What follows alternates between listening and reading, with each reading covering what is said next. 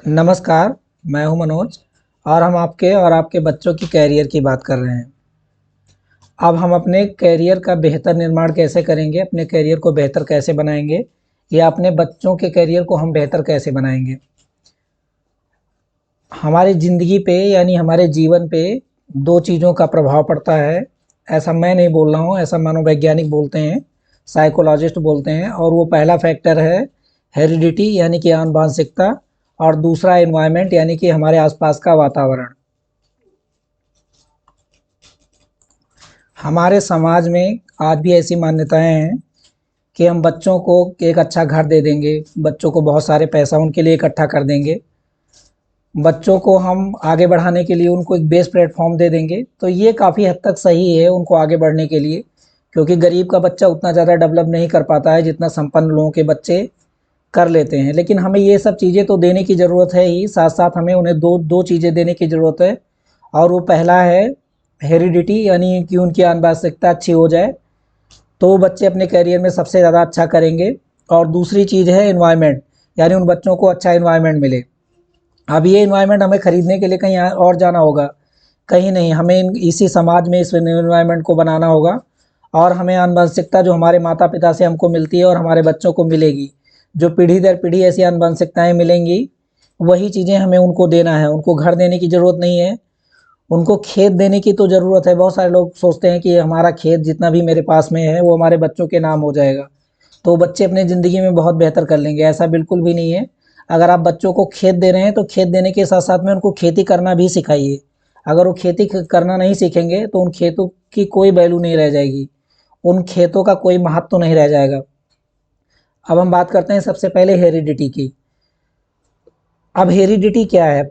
अब हम देखते हैं कि जो हमारे बच्चे होते हैं और जो हमारे माता पिता होते हैं, उनका रंग रूप, उनकी उनकी बुद्धिमानी, उनकी बुद्धिमत्ता, उनका उनका आईक्यू लेवल, उनके माता पिता जैसे होते हैं, उनके माता पिता अगर अच्छे होते हैं तो उनके बच्चों को अच्छा दिमाग मिलता है और उनका रंग रूप भी वैसा बन जाता है, उनकी आकृति भी वैसी बन जाती है। यानी जो शरीर होता है, शरीर उनके माता पिता के हिसाब से बनता है और जो उनका दिमाग होता है वो भी माता पिता के हिसाब से ही बनता है। जो बुद्धिमान माता पिता होते हैं उनके बच्चे जो बुद्धिमान होते हैं, और जो कम मंद बुद्धि वाले माता पिता होते हैं उनके बच्चे कम बुद्धि वाले होते हैं, कम बुद्धिमान होते हैं। जो लक्षण, जो करैक्टर, जो ट्रेड हमें अपने माता पिता से या हमारे पूर्वजों से मिलते हैं, और ऐसे ऐसे लक्षण पीढ़ी दर पीढ़ी ट्रांसफ़र होते रहते हैं। यानी जो हमारे माता पिता से हमको जो लक्षण मिले हैं वो हमारी आने वाली पीढ़ियों में भी चले जाएंगे, वैसे लक्षण हमारी अगली पीढ़ी में भी जाएंगे। और ऐसे ही करैक्टर को, जो लक्षण हमारे माता पिता से मिले हैं और हमारी अगली पीढ़ी में जाएंगे, ऐसे लक्षणों को ही, ऐसे जो हमें अपने वंशजों से मिले हैं, उसी को हम लोग आनुवांशिकता बोलते हैं यानी कि हेरिडिटी बोलते हैं। इसको वंशाक्रम भी बोलते हैं, जो पीढ़ी दर पीढ़ी हमारी पीढ़ियों में चला आ रहा है। इसको पैतृकता भी बोलते हैं और इसको वंश भी बोलते हैं। अब बहुत सारे लोग बात करते हैं कि हम इस वंशज के हैं, और अगर उस वंशज के पीढ़ियों को पीछे से देखा जाए तो उनमें कोई लक्षण होते ही नहीं है। अब बहुत लोग अपने आप को राम के वंशज का बताते हैं, लेकिन राम का कोई गुण उनके अंदर है ही नहीं। बहुत लोग अपने गुरु वशिष्ठ के कुल का बताते हैं, बहुत लोग अपने आप को सूर्यवंशी बताते हैं, लेकिन सूर्यवंश के कोई लक्षण अब उनके पास बचे ही नहीं हैं। अब सबसे बड़ी प्रॉब्लम तो तब खड़ी होती है जब किसी बुद्धिमान आदमी का बच्चा या किसी सात्विक आदमी का बच्चा या किसी साधु आदमी का बच्चा, संत आदमी का बच्चा गलत संगत में पड़ के एक बदमाश बन जाता है, एक चोर बन जाता है, एक डाकू बन जाता है। तो यहाँ आनुवांशिकता फेल हो जाती है और इन्वायरमेंट हावी हो जाता है। या फिर कभी अचानक में ऐसा होता है कि किसी के परिवार में, पूरे खानदान में, जहाँ तक लोगों को ज्ञात होता है, किसी को मालूम नहीं होता है कि कोई क्रिकेट खेलता है या कोई बच्चा जो है संगीत का प्रेमी है, और अचानक में ऐसा हो जाता है कि कोई बच्चा संगीतज्ञ बन जाता है, वो गाने लगता है, कविताएं कहने लगता है। ये क्या होती है? ये संगत का असर होता है, यानी कि इन्वायरमेंट का असर होता है। जैसे लोगों के संगत में वो रहना स्टार्ट कर देता है, वैसी एक्टिविटी उसके पास आ जाती है। जो जैविक मनोवैज्ञानिक हैं, जो बायोलॉजिकल मनोवैज्ञानिक है, साइकोलॉजिस्ट हैं, उनका मानना होता है, लोग अपनी अपनी बातें कहते हैं, कोई दूसरे की बात मानता नहीं। जो चीज़ें जैसा आदमी होता है वो बोलता है कि सबसे ज़्यादा असर इंसान पे, मानव पे या अलग जो जातियाँ होती हैं उसका असर उसका पैतृक जो वंशज हेरिडिटी होता है उन्हीं का पड़ता है। लेकिन जो अपने पर्यावरण वैज्ञानिक हैं, मनोवैज्ञानिक हैं, उनका मानना है कि ऐसा बिल्कुल भी नहीं है। वो बोलते हैं कि पर्यावरण का ही सबसे ज़्यादा असर पड़ता है। मतलब क्या होता है कि जो हमारे पूर्वज होते हैं उनमें तो जो गुण होते हैं, ऐसे मनोवैज्ञानिक बोलते हैं। अब जैसे हम एक एग्जांपल लेते हैं यहाँ पे, जो महात्मा गांधी थे, जो हमारे जैविक मनोवैज्ञानिक हैं, उनका मानना था कि वो पैदाइशी नेता थे, पैदाइशी लीडर थे। लेकिन जो पर्यावरण मनोवैज्ञानिक हैं, उनका मानना था कि समाज की जो स्थिति थी उस टाइम पे, उसकी यही नीड थी, इसीलिए वो ऐसा बन गए। उन्होंने जो वकालत की पढ़ाई करी थी, वो अपनी पढ़ाई का एप्लीकेशन उन्होंने भ्रमण करने में और धरने करने में बिता दी, अपनी पूरी ज़िंदगी सादगी में काट दी। लोगों से वो प्रेरित हो गए, मतलब वहाँ पे अपने भारत देश की ऐसी स्थिति थी उस टाइम पे कि वो ऐसा बन गए। तो अलग अलग तथ्य दिए जाते हैं, वो एक लोग बोलता है कि ये हमारा ये सही है, एक लोगों ने बोला कि हमारा ये सही है। और ये अभी आज की प्रथाएं नहीं है, ये जो प्राचीन काल था और जो ये मध्यकाल काल था, जैसे जैसे खोज होती गई, जैसे जैसे चीज़ें ज्ञात होती गई, लोगों ने वैसा वैसा कहा।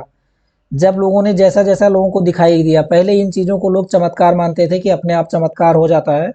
और जब ये साइंस आ गया और अब ये आधुनिक युग है, तो अब ये मान लिया गया है कि जितना योगदान हेरिडिटी का है, उतना ही योगदान इन्वायरमेंट का है। तो हमें अपने कैरियर को बेहतर बनाने के लिए, अपने बच्चों के कैरियर को बेहतर बनाने के लिए हमें यही तो समझना है कि हम हेरिडिटी को अच्छा कर दें, यानी हम अपनी आनुवंशिकता को अच्छा कर दें, और हम अपने इन्वायरमेंट को अच्छा कर दें। अगर हम दोनों चीज़ें अच्छा कर देते हैं तो मैक्सिमम चांस है कि इंसान बेहतर ही बनेगा, बच्चे जो है बेहतर ही बनेंगे, कभी भी ख़राब नहीं बनेंगे। लेकिन ये दोनों कर पाना बहुत ही मुश्किल काम है। इन्वायरमेंट को भी कंट्रोल करना बहुत मुश्किल काम है, अपने वातावरण को भी कंट्रोल करना बहुत मुश्किल काम है, और अपनी हेरिडिटी को भी कंट्रोल करना बहुत मुश्किल काम है। लेकिन अगर हम थोड़ा सा संयम बरतें, जो जो प्रिकॉशन हम ले सकते हैं वातावरण के प्रति और अपने हेरिडिटी के प्रति, जो जो प्रिकॉशन ले सकते हैं, अगर हम उनको लें, तो हो सकता है हमारे बच्चे और हमारा जीवन, हमारा कैरियर बेहतर हो सकता है, बेहतर बन सकता है। हम अगर अपनी आनुवांशिकता और वातावरण के प्रभाव को बहुत पुराने समय में समझें, अरस्तु यूनान के एक महान दार्शनिक हुए, इन्होंने भी इसमें अपने कॉन्सेप्ट को दिया। और कहीं भी ऐसा कोई क्षेत्र नहीं था जहाँ पे अरस्तु ने कोई कॉन्सेप्ट नहीं दी, चाहे वो बायोलॉजी का क्षेत्र हो, चाहे वो साइकोलॉजी का क्षेत्र हो, और चाहे इन्वायरमेंट का क्षेत्र हो, उन्होंने हर जगह अपनी बात कही। और समय और शोधों के हिसाब से वो बहुत उत्तम मनोवैज्ञानिक थे, ये कहना बिल्कुल भी गलत होगा। आज के युग में लोग बोलते हैं कि अरस्तु गलत थे, और अरस्तु ने अपनी ज़िंदगी में सुसाइड भी कर लिया, वो मर गए। अपनी जो उन्होंने ये बहुत सारी कॉन्सेप्ट दी थी, वो धारणाएं आगे चल के जब गलत हो गई तो उनके मन को बहुत बड़ा ठेस पहुंचा। लेकिन मेरा मानना है कि अपने समय के वो बहुत अच्छे दार्शनिक थे। आज जो बातें हैं, आज जो विज्ञान में ज्ञात है, जो चीज़ें आज हो रही हैं, आने वाले दिनों में हो सकता है वो गलत हो जाएं। जो हम आज बोल रहे हैं हो सकता है वो कल सही ना रहे। तो ये कह पाना बहुत मुश्किल है कि नहीं मैं जो बोल रहा हूँ वही सही है, बाकी लोग दूसरी चीज़ें गलत हैं, बिल्कुल नहीं है। तो अरस्तु ने इसके संबंध में एक कॉन्सेप्ट दिया था कि जो पिता होता है, यानी कि जो फादर होता है, उनके जो सीमेन होते हैं, यानी कि जो वीर होता है, उनमें इनकोड करने की पावर होती है कि बच्चा बेटा होगा या बेटी होगी। ऐसी कॉन्सेप्ट किसने बताया था? अरस्तु ने बताया था। दूसरी चीज़ उन्होंने बताई थी कि जो मदर होती है, उनके जो मेंसेस होते हैं, यानी कि जो मासिक धर्म होते हैं, जो ब्लीडिंग के साथ में कुछ कचड़े निकलते हैं, उन्हीं से ही डिसाइड होता है कि बेटा कैसा होगा, बेटा होगा या बेटी होगा। मतलब उसके गुण कैसे हो जाएंगे, सारे कैरेक्टर को इनकोड करने की उनमें पावर होती है। ये अरस्तु ने आज से 400-500 ईसा पूर्व ही बता दिया था ऐसा। उन्होंने एक थ्योरी दी थी, एक कॉन्सेप्ट दिया था कि जो सीमन होता है, जो वीर होता है, उन पे क्या होता है, एज का इफेक्ट पड़ता है, यानी उम्र का, यानी ऊर्जा का, यानी पावर का इफेक्ट पड़ता है। डाइट का इफेक्ट पड़ता है, यानी भोजन का, न्यूट्रिशन का भी इफेक्ट पड़ता है। वेदर यानी मौसम का इफेक्ट पड़ता है। और जो मेंसेस होते हैं वो कोल्ड होते हैं, वो ठंडे होते हैं। जब ये जो ऊर्जा होती है, जो हीट जो होती है, जब उनके ऊपर इफेक्टिव हो जाते हैं, ओवर पावर हो जाते हैं, तो जो संतान पैदा होती है वो बेटी पैदा हो जाती है। और जब वो इनफेक्टिव हो जाते हैं तो बेटी पैदा हो जाती है, और जब वो इफेक्टिव हो जाते हैं तो बेटा पैदा हो जाता है। ऐसा कॉन्सेप्ट अरस्तु ने दिया था आज के 400-500 ईसा पूर्व। और तब से जाके ऐसी बहुत सारी खोजें हो चुकी हैं, और बहुत सारी धारणाएं आज भी समाज में निगेटिव और पॉजिटिव अवेलेबल हैं। लोग जानते हैं कि जैसा बाप होगा वैसा ही बेटा होगा, दूसरी तरीके से नहीं होगा। जो हमारी पढ़ाई वाली जानकारी होती है, यहाँ इस बात का भी ज़िक्र करना बहुत ज़रूरी है। जो प्रैक्टिकल वाली जानकारी होती है, यानी जो समाज में एक्सपेरिमेंट होते हैं, वो कहीं ज़्यादा बेटर होते हैं। मैं एक ऐसी माताजी को जानता था, जो कि ये जो बच्चे पैदा होते हैं और इनकी जो आगे की मतलब ये डेवलपमेंट होता है माँ की पेट में, और बच्चे पैदा कैसे होते हैं, उसकी जो जानकारी थी, अनुभवों के थ्रू जो उनकी जानकारी थी, बहुत ही उम्दा थी। और वो लगभग अपने पूरे जीवन में 1000-1500 बच्चों को पैदा कर चुकी थी। लेकिन अब उनके अभी वो नहीं है समाज में, और ऐसी बहुत सारे लोग हैं जो जानते हैं। अगर हम यहाँ से डाटा कलेक्शन करें और लोग सही सही बातें बता दें, तो बहुत सारे रिसर्च सामने आ जाएंगे और बहुत सारी बातें पता चल जाएंगी। लेकिन ये सब मैटर क्या होते हैं, कॉन्फिडेंशियल होते हैं, लोग बताना नहीं चाहते हैं।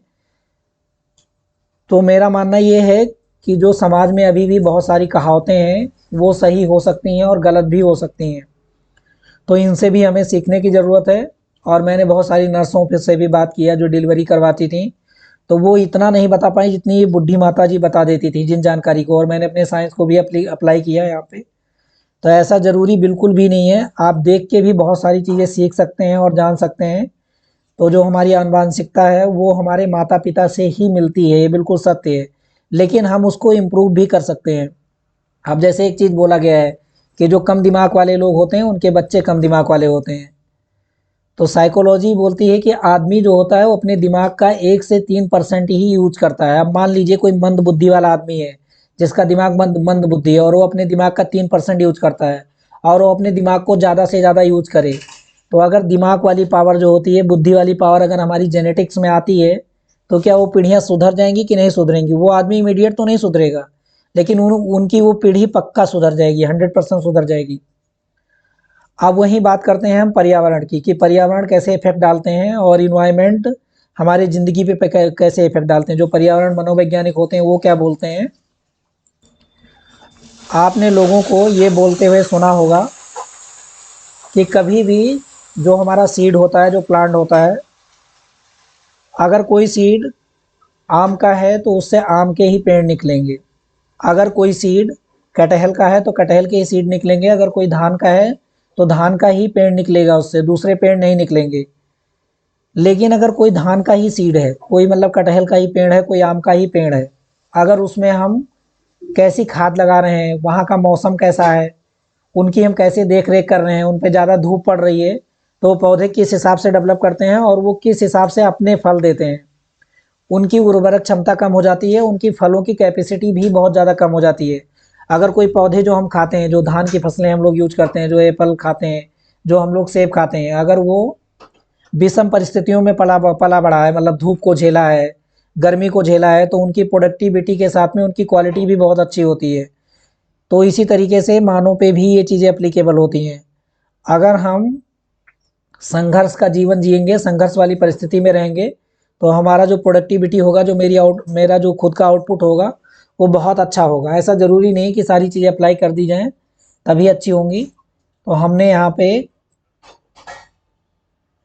हेरिडिटी और इन्वायरमेंट के बेसिक कॉन्सेप्ट को जाना। आगे चल के आगे वाले वीडियो में हम इसको डिटेल में चर्चा करेंगे कि हेरिडिटी अपने माँ बाप से, उनके जो कैरेक्टर होते हैं, जो उनके शारीरिक लक्षण होते हैं, जो उनके मानसिक लक्षण होते हैं, अपने पुत्रों में, अपने बेटों में कैसे आ जाते हैं, और बुद्धिमान का बच्चा कैसे बुद्धिमान बन जाता है।